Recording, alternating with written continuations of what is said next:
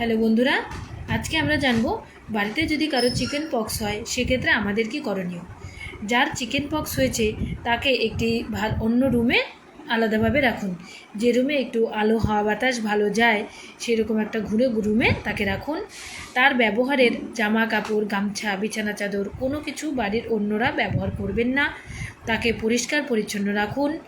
এই সময় প্রচুর পরিমাণে তরল জাতীয় খাবার খাওয়ান।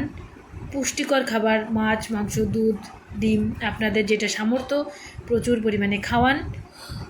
আর এগুলো কিন্তু চুলকায়, আপনারা কিন্তু এগুলোকে চুলকাবেন না। আর যে ব্লিস্টারের মতন যেটা হয় সেটাকে কিন্তু ফাটাবেন না। আর মনে রাখবেন বন্ধুরা, এটা কিন্তু একটা খুবই ইনফেকশিয়াস। আর একবার বাড়িতে কারো হলে এটা কিন্তু খুব তাড়াতাড়ি বাড়ির সবার মধ্যে ছড়িয়ে পড়ে। সেই জন্য যার হয়েছে তাকে অন্ততপক্ষে 21 দিন কিন্তু আলাদাভাবে রাখতে হবে। ধন্যবাদ।